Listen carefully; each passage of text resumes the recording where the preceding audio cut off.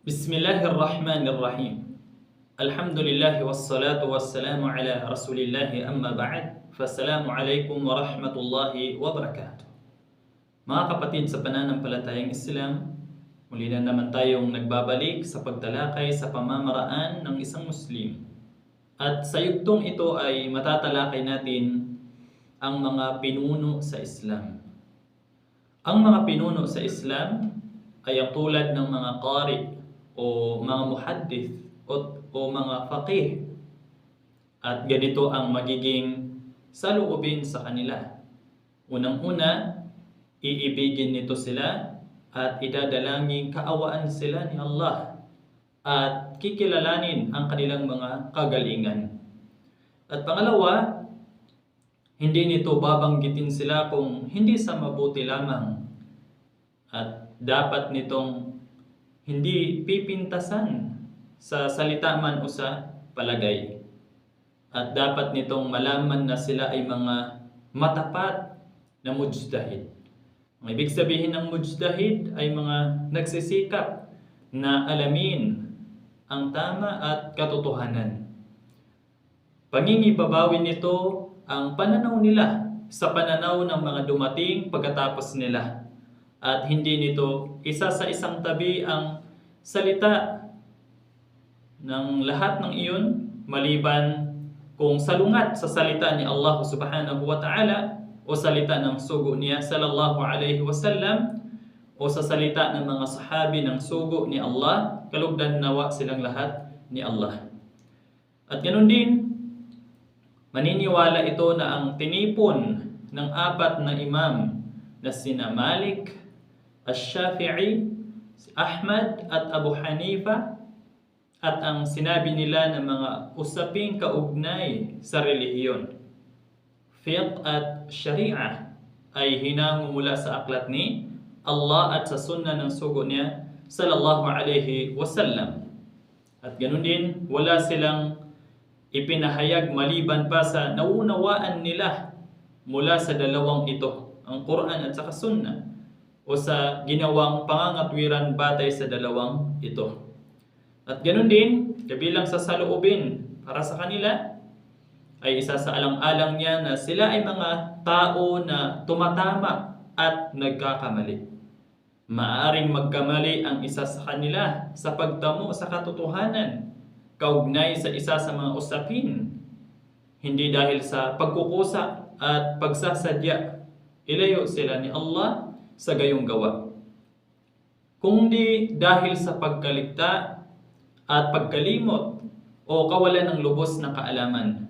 Dahil dito, ang isang Muslim ay hindi bulag na sumang-ayon sa pananaw ng isa lamang sa kanila nang hindi isinasalang-alang ang iba pa. Bagkus dapat niyang tanggapin din ang alinman sa kanila.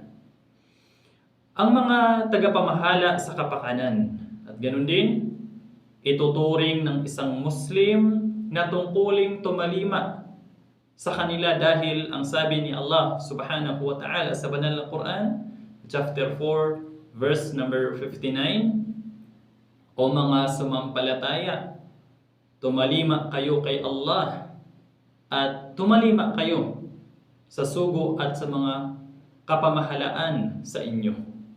At dahil ang sabi ng sugo ni Allah sallallahu alaihi wasallam, dinggin ninyo at tumalima kayo kahit paman pamunuan kayo ng isang aliping taga-Ethiopia na ang buhok ng ulo niya ay parang pasas. Isinalaysay ito ni Imam Al-Bukhari. Gayunpaman, hindi niya itinuturing na tungkuling tumatalima sa kanila kung ang ipinag-uutos nila ay pagsuway kay Allah. Dahil ang pagtalima kay Allah ay dapat na inuuna kaysa sa pagtalima sa kanila. Sinabi ng sugo ni Allah sallallahu alaihi wasallam, walang pagtalima sa isang nilikha, walang pagsunod sa isang nilikha sa pagsuway sa tagapaglikha. At ganoon din, ituturing niyang ipinagbabawal ang maghimagsik laban sa kanila o ang magpahayag ng pagsuway sa kanila sapagkat ang sabi ng propeta o sabi ng sugo ni Allah sallallahu alaihi wasallam, ang sinumang may isang bagay na kinasusuklaman sa pinuno niya o namumuno sa kanya ay magtiis ng magtiis, sapagkat tunay na ang sinumang maghimagsik laban sa tagapamahala ng kahit isang dangkal ay mamamatay na tulad ng pagkamatay sa panahon ng kamangmangan o jahiliyah. At ganun din na ipinanalangin nito na makamit nila ang mabuti, ang katumpakan. Dapat na ipananalangin natin na makamit nila ang kabutihan at katumpakan. At ganun din ang patnubay at ang pangangalaga ni Allah laban sa masama. Yamang ang kabutihan ng sambayan ng Muslim ay nakasalalay sa kabutihan nila, at ang katiwalian nito ay nakasalalay rin sa katiwalian nila. At ganun din na makikibaka siya kasama nila at magdasal kasabay nila kahit paman nagpakasama sila at gumawa sila ng mga ipinagbabawal na mababa sa kawalan ng pananampalataya. Ito ay sapagkat ang sabi ng sugo ni Allah sallallahu alaihi wasallam sa isang nagtanong sa kanya hinggil sa pagtalima sa may kapamahalaan.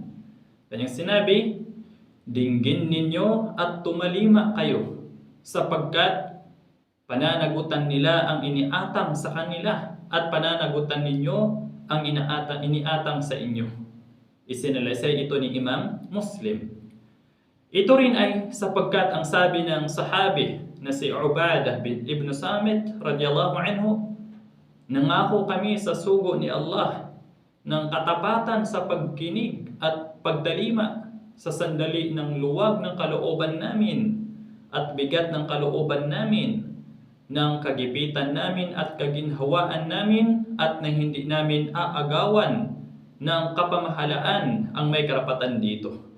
Sinabi naman niya sallallahu alaihi wasallam, sinabi ng sugo, maliban kung makakita kayo ng hayagang kawalan ng pananampalataya na mayroon na kayong katunayan mula kay Allah.